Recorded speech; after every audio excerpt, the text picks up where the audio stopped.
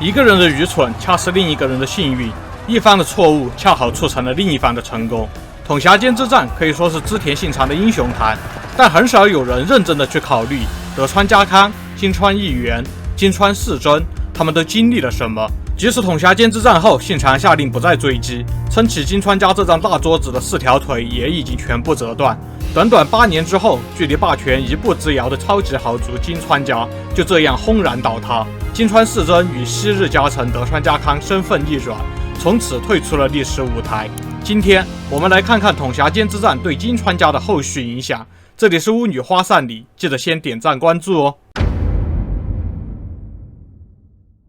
金川军出兵尾张，到底动员了多少人？德富书丰在近世日本国民史中的主张代表了通说，金川全军4万人。当然，这不可能是德富书丰自己提出的。他在使用4万人这个数字时的采信史料，一说是出自武德编年集成，另一说是出自山河风土记的误传本。此外，主要的可信史料中，信长公记记录为4万5千人，足利纪事记记录为1万余人，大日本战记记录为2万5千人。主要可信史料中出现次数最多的数字还是4万5千人和4万人，但由于这2个数字严重超出了金川家当时领地所能负担的数字，当代通俗出版物一般采用2万5千人。我个人是更倾向于万余人，因为当时金川家控制了骏河、远江、三河，弹高总和是69万6千弹。此外，根据漳州府志的记载，当时金川家还控制着爱西郡、知多郡以及爱知郡的数个乡，合计弹高81万1千弹。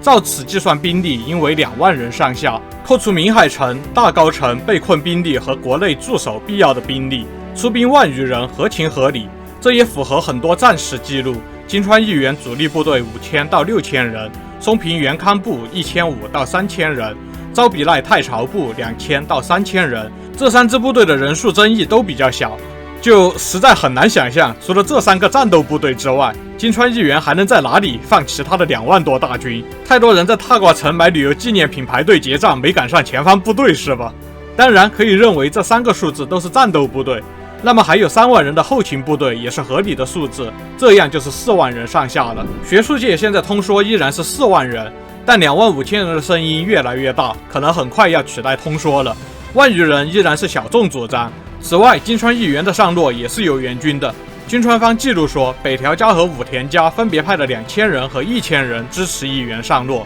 只是很少有关于他们活跃的相关记录。北条家曾经允诺金川家上洛的话会支援5000兵力，有没有兑现就不好说了。确实，统辖间之战后，北条家面对上杉谦信可以说是毫无还手之力。古河公方全力支持的话，金川军的实力自然会强很多，但这样的话就有点超过我对当时时代背景的框架认知了。无论是2万人的国力出兵了1万多，还是金川义元用了厉害的手段出兵2万5或4万人，都是远征军的极限了。这要是大败而归的话，基本就等于完颜成和尚三峰山之败，阔过天波尔，败走凤原路。就算不是彻底亡国，至少在接下来的很长时间，金川家都只能把主要精力放在防守上，而不能扩张了。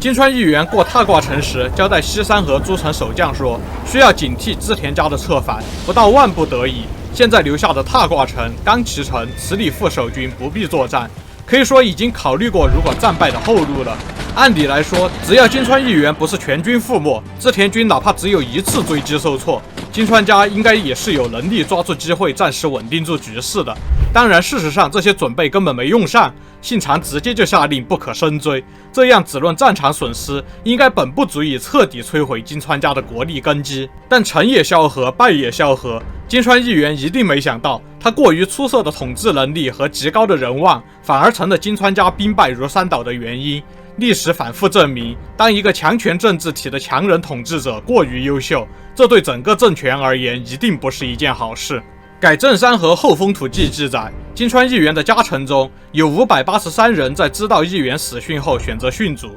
主战场外的几名大将在得知金川义元战死后，完全失去了判断力。地理府踏玄以下的赖明清范、招比赖太人、招比赖太秀、山浦义正全员在没有电军的情况下弃城逃回郡州。个人不负责任认为，此处招比赖太人因为改正山河后风土记的记录错误，实为昭比赖太朝弃守明海城。织田信长在战后除了追击残军，没有任何乘机占领金川家领土的计划，而是直接撤回了青州城。战败的金川部队则撤退到骏河，所以大形势迅速的安定下来。金川军留下的官僚集团在金川世真的领导下，开始讨论将来方案。和兵败如山岛后迁都到南京的大明朝一样，如今的金川政权缺的不是国力和兵力，缺的是有经验又可信赖的官僚集团。不得已，金川世真只能饮鸩止渴，临时任用能力存疑或者可能有威胁的人来填补空缺，并向北条、武田两家释放信号，金川家实力尚存。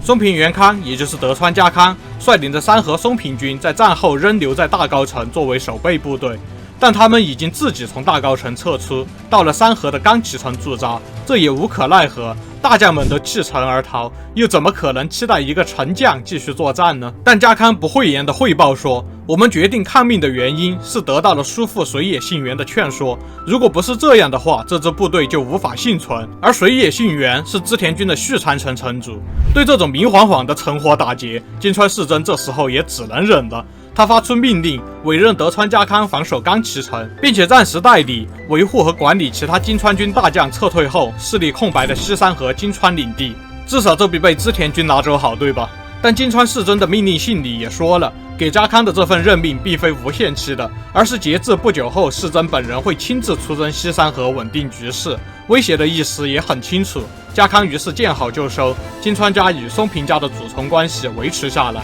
松平家开始着手修筑针对踏挂城的防御工事。金川世真这边，中央大员的忠诚度基本还算值得信任，迅速着手集结各地的驻防部队和统辖间之战的逃兵。金川政权的局势很快稳定下来，而金川世真也有了一支可以动用的数千人军队，这足以让金川家重新整合国内势力，也足以让金川军不至于无力防御任何单个邻国的入侵。然而金川家的敌人又岂止织田家，金川家遭到重大打击，金川义元战死，撼动了整个古河公方在关东的势力根基。将军足利义辉立刻通过上杉宪政向上杉谦信建议乘机进攻武田氏和北条氏。8月，上杉谦信发兵8000，号称10万大军出兵关东进攻北条氏，一次打到了小田原城下。北条家局势危急，向武田家与金川家求援。现在的金川家绝不能失去甲相郡同盟，于是金川世真远征关东救援北条氏，出兵三河的计划被延期。那么抵挡织田家的压力就完全来到了德川家康这边。家康倒也看得开，既然金川家已经难以统治山河，那就投靠织田信长呗，当谁的狗不都一样。于是，在家康的叔父水野信元的调解下，义永禄4年2月，松平家与织田家结盟，也就是日本战国延续时间最长的青州同盟。之后4月11日，德川家康交投名状进攻金川家的牛久保城，松平家与金川家决裂。此时上杉谦信操作极其风骚，不过那是其他的故事。总之，金川世真深陷关东难以抽身，金川家这个大病未愈的巨人正在被持续放血，只能暂时无视了家康的叛乱。然而世上没有铁桶江山，一切强权都是靠恐惧维系的。当金川家面对如此明确的叛变不能立刻镇压，那就在其他的分封家臣面前露出了底牌。底牌一露出来，恐惧就不再存在了，自然强权也无法维系。曾经被强权和恐惧压制的矛盾与谎言全部爆发。很快，不仅西山和松平家的旧领地迅速响应家康，就连东山和金川家核心领地中的各个城池都对金川世真举起了反旗，史称三州叛乱。葫芦还没按下去，瓢又起来。永禄6年，远江引间豪族范伟氏迅速整合了金川氏在远江的官僚集团，宣布独立，史称远州巨变。就在5年前还是看似不可战胜的最强势力，就在2年前还是看似地跨骏河、远江、三河，关东霸权争夺的胜者金川家，仅仅因为一个小小的冈崎城叛变，无力及时镇压，就彻底露出了暴力与谎言之下真实的软弱。金川家境无力招架这些地方势力，迟迟无法平定国内危局。就在此时，金川家最强的外援甲州武田氏不仅没有任何资源，甚至在永禄11年底宣布废除与金川家的同盟和婚约，直接进攻金川家的大本营骏府城。金川世真依然寄希望于割地赔款维持甲相郡同盟，然后依靠他们镇压国内各地的叛乱势力。直到永禄12年底，他给予希望的盟友攻陷了他自己的首都郡府城，金川世真不得不迁移到挂川城。直到这时，金川家才声明断绝与武田家的联盟。事到如今，这竟是绝望的金川家第一个断绝的盟友。即使是那些叛臣们，早已在交战中的外援们，金川家都不愿意放弃任何一根救命稻草。不久之后，被金川世真看着长大的青梅竹马德川家康从西边来进攻挂川城，世真不敌投降。自此，金川家被赶下了日本战国的游戏桌。不过一场游戏，每个尝试总会有一个结果，或成或败，无外乎如此而已。在这短短的永禄年间，甲相郡同盟帮助金川议员达到了空前的高度，几乎要成为战国群雄的盟主。但也同样是甲相郡同盟，彻底葬送了交棒到他儿子金川世真手上的金川家政权，甚是讽刺。一代人终究做不了两代事，每一代人都有属于他们的责任和命运啊！都看到这儿了，别忘了点赞关注哦，我们下期再见。